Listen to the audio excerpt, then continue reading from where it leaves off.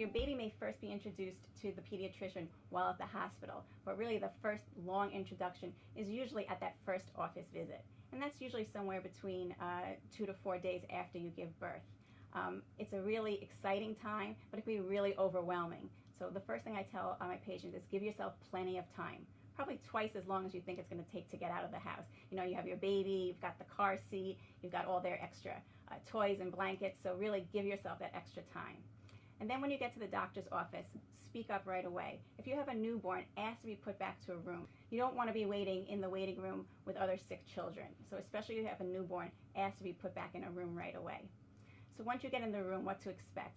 The nurse will come in, they'll try to have you undress the baby, and then they'll do the vitals, height, weight, head circumference.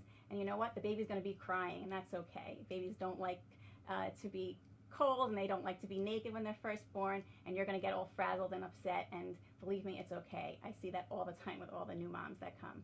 And the doctor's going to come in, examine the baby, and your job is to remember to bring your questions.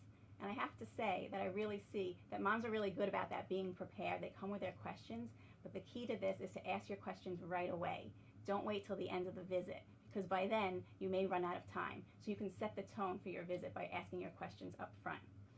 And then really to end, the doctor will examine the baby and really ask you any questions that they may have about the baby and give you further follow-up instructions.